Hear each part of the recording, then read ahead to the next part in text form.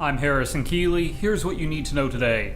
First, new records show Georgia State Senator Jeff Mullis interfered with a friend's criminal trial. Mullis called Judge Brian House 3 days before a trial set for Mark Lindsay. Lindsay is a former Fort Oglethorpe building inspector convicted on 7 counts of theft. House was supposed to decide whether Lindsay would go to jail. It's unclear what Mullis said, but the phone call alone was enough to make House recuse himself.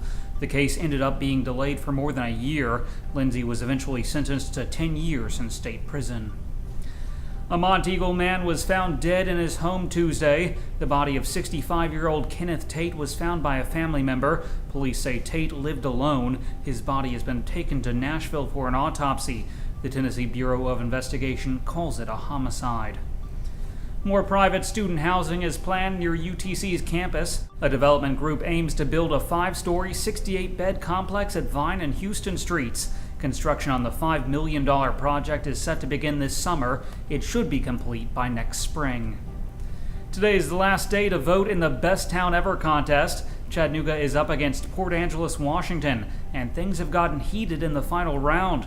There were allegations of robo-voting after an 8,000-vote spike for Port Angeles Saturday. Shortly afterwards, the magazine added a CAPTCHA test to ensure voters are human.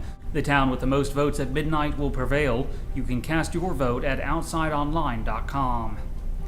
Police are searching for a man who tried to lure a 5-year-old girl into his car. It reportedly happened on Edmond Street in Calhoun, Georgia. The suspect is described as a white man in his 60s with a white beard. Anyone with information is asked to call Calhoun police. Police say a Memphis woman ran over 7 people with her car. 22-year-old Ashley Smith allegedly fled the scene after hitting 3 women and 4 children at an apartment complex. Some of the victims had broken bones. Another woman, Chrissy Wright, is charged as an accessory because Smith reportedly hid in her home for more than a month. Prosecutors are seeking the death penalty for 3 men charged in the murder of Holly Bobo. The 20-year-old nursing student disappeared from her Tennessee home in 2011. Jason Autry, Zach Adams, and John Dylan Adams have been charged in her kidnapping and rape. Filings say the murder was especially heinous and that it involved torture or abuse beyond necessary to kill her. All 3 have pleaded not guilty.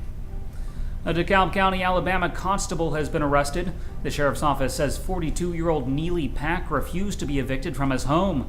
Deputies were serving a court order requiring him to leave to give the owner possession. TennCare is phasing in a new payment model. The plan is to move from paying for the amount of services to rewarding or penalizing doctors based on patient outcomes. The Tennessee Medical Association says it's the biggest shift in payment since TennCare was introduced. But doctors say the change could hurt their practices and overall patient care. The association says the rollout is happening too fast. Doctors worry they'll be disciplined for things out of their control, and some say that could lead to cherry-picking patients. Finally, East Ridge High School has hired Carolyn Monger as its new volleyball coach.